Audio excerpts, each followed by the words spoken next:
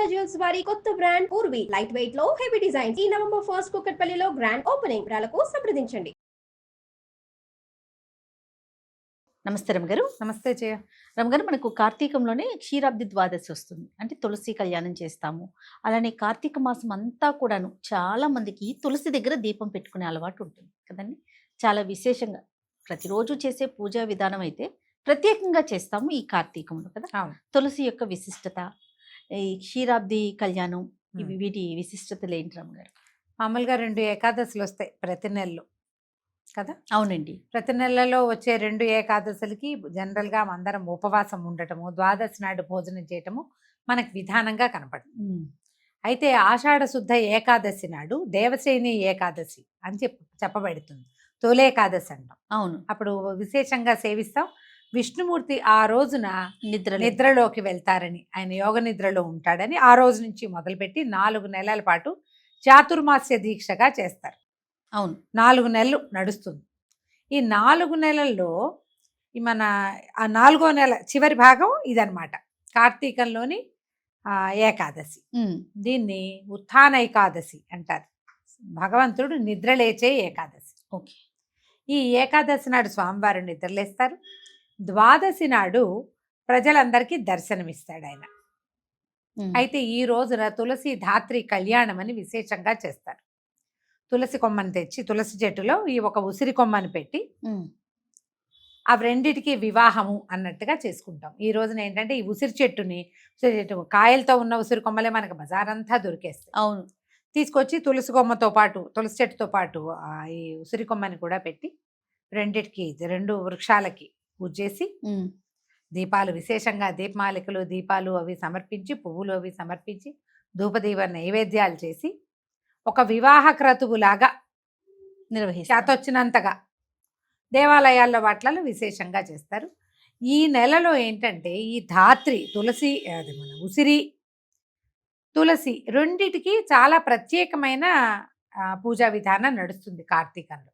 కార్తీక నెల మొదటి నుంచి చివరి దాకా కూడా మనం తులసి పూజ చేసుకుంటాం. తులసి ముందు దీపం పెడతాం.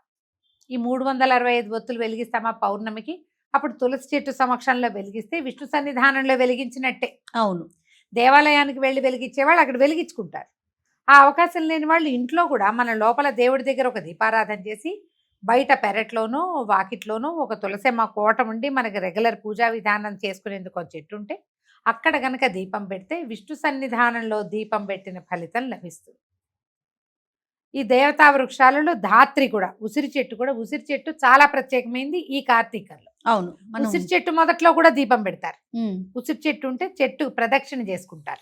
వన భోజనాలకు వెళ్ళినప్పుడు కూడా వెళ్ళినప్పుడు కూడా ఉసిరి చెట్టు ఉండాలి. ఎక్కడైతే విస్తారంగా ఉసిరి చెట్లు ఉన్నాయో అక్కడే వన భోజనాలు చేయాలన్న నియమం కూడా ఉంది.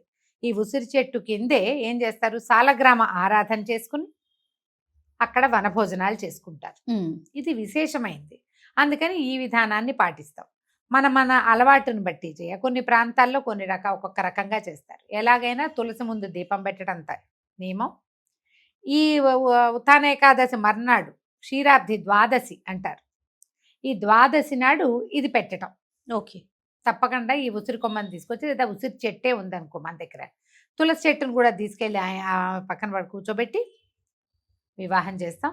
ఇది చాలా ప్రత్యేకమైన రోజుగా చెప్పబడుతుంది. మనం ఏకాదశులు ఏవి పాటించినా పాటించకపోయినా, ఒకటి తొలేకాదశి, రెండోది హరిబోధిని ఏకాదశి, 2 పాటిస్తారు. కార్తీకంలో ఇప్పుడు మనం ఉపవాసాలు ఉండవలసిన రోజులు కదా. అవునండి. ఈ 2 ఏకాదశులు వస్తాయి కదా. ఈ 2 ఏకాదశులు విశేషంగా ఇప్పుడు కనుక మనం ఉపవాసం ఉండి ద్వాదశి నాడు పారణ చేస్తే అత్యద్భుతమైన ఫలితం లభిస్తుంది అంటారు. కార్తీకంలో మనం పురాణం కూడా వింటాం. ఈ వినేటప్పుడు ఈ ఏకాదశి కథ మహాత్యము అదంతా కూడా మనకి పురాణ గాథల్లో కనిపిస్తుంది. మీ అవకాశాన్ని బట్టి చేయండి. ఇప్పటిదాకా మన దగ్గర తులసి చెట్టు లేదనుకో, లేకపోతే ఈ కార్తీకం మొదలయ్యే ముందే తులసి చెట్టుని నాటుకోవాలి. కార్తీకంలో తులసి చెట్లు పెరగకూడదు, తీయకూడదు. అదే కష్టం వస్తుంది అనమాట. పూజింపదగిన రోజులు కాబట్టి ముందే తెచ్చి పెట్టేసుకోవాలి. ఎవరికైనా తులసి చెట్టు దానం చేయటం చాలా మంచిది. ఇప్పుడంటే పెక్కకూడదు కదా, ఎట్లా దానం చేస్తాం, ఇది ఒక పాయింట్ వస్తుంది. మనం ముందే ఏదైనా చిన్న చిన్న కుండీలలో డబ్బాలలో వేసి పెట్టామనుకో చక్కగా మొక్క ఇంత అవుతుంది. ఈ రోజున పూజ చేసుకుని చక్కగా అందరికి తలా ఒక తులసి మొక్క ఇవ్వండి, అబ్బో అత్యద్భుతమైన దానం. వాళ్ళు ఆ కుండితో సహా తీసుకెళ్లి పెట్టుకుంటారు. అవును. దీని పీకుడు పెట్టుడు కాదు, చక్కగా ఎలా ఉన్నది అలాగే తీసుకెళ్లి అట్లాగే స్థాపించుకుంటారు. తర్వాత కుదిరినప్పుడు మట్లో ఎక్కడో చోట తవ్వి పెట్టుకుంటారు. అది బాగా ఇంత మొక్క అయ్యేదాకా పర్వాలేదు కదా. తులసి ప్రత్యేకమైన చెట్టు. ఈ కాలంలో ఏంటంటే ఈ సీజన్లో, ఇప్పుడు చలికాలం కదా, ఇలాంటప్పుడు తులసి యొక్క స్పర్శ అవి మనకి ఆరోగ్యాన్ని ఇస్తాయి. అవును. ఎక్కువ ఆక్సిజన్ రిలీజ్ చేస్తుంది. అందుకని ప్రత్యేకంగా తులసికి దీపం పెట్టడము, తులసికి ప్రదక్షిణ చేయటము, నీరు పోయటము, తులసి జలాన్ని తీసుకోవటము, తులసి మట్టిని మృత్తిక ఎక్కడైతే తులసి చెట్టు ఉందో ఆ మట్టిని గంధంగా పెట్టుకుంటారు. అది చాలా విశేషమైంది.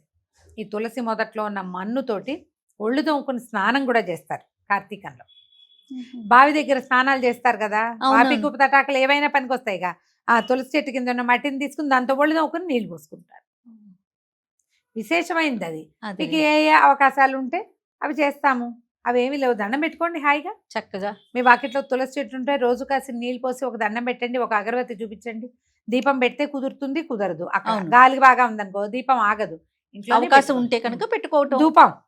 ధూపం చూపించడం, ఒక చిటికెడు పసుపు కుంకుమ వేయటం, ఓ పువ్వు పెట్టడం, ఒక దండం పెట్టుకోవటం, ఇలాంటిది విశేషమైన సేవ, చాలా మంచిది. మనము ఈ కార్తీకంలో 2వ ఏకాదశిని అంత శ్రద్ధగా చెయ్యరు, కానీ మొదటి ఏకాదశిని అందరూ బాగా శ్రద్ధగా చేసుకుంటారు. ఎందుకంటే ఇది ప్రత్యేకమైనది, హరిబోధిని కాబట్టి. ఆయన నిద్రలేస్తాడు కదా, హరిబోధిని ఉత్థాన ఏకాదశి 2 పేర్లు ఉన్నాయి. అవును. ఈ రోజు లేస్తాడు కాబట్టి స్వామివారిని సేవించుకునే అవకాశం కూడా లభిస్తుంది. కాబట్టి తప్పకుండా ఈ తులసి ధాత్రి కళ్యాణ విధిని నిర్వహించుకోండి. కార్తీక పురాణాన్ని శ్రద్ధగా వినండి. అలానే ఇప్పుడు 365 ఒత్తులు కూడా కొంతమంది తులసి ముందే వెలిగించుకుంటారు. అవునవును. దేవుడి ముందు కొంతమంది తులసి ముందు, లేదా ఆలయాలకి వెళ్ళి కూడా చేస్తారు. మన అవకాశాన్ని బట్టి, మన సమయాన్ని బట్టి, అలవాటుని బట్టి, అవకాశాన్ని బట్టి మనం ఇంట్లో, వాకిట్లో, లేదా దేవాలయంలో ఎక్కడ కావాలంటే అక్కడ, నదీ తీరాలకి వెళ్ళి వెలిగించుకునే వాళ్ళు కూడా కనపడతారు. మన అవకాశాన్ని బట్టి చేసుకోవచ్చు, ఎట్లా కావాలంటే అట్లా. తప్పకుండా రమ్మగారు. నమస్తే. నమస్తే జయ.